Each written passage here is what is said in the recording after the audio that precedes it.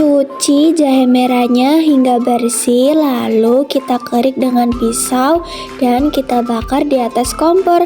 Setelah itu ditumbuk tapi jangan kehalusan ya guys.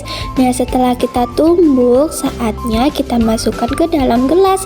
Nah, di sini tambahkan gula ya. Lanjut masak air putih sampai mendidih. Setelah itu kita tuangkan ke dalam gelas yang tadi sudah disediakan jahe merah dan juga gulanya ya guys. Nah, jahe merah ini efektif meredakan batuk dan juga sakit tenggorokan.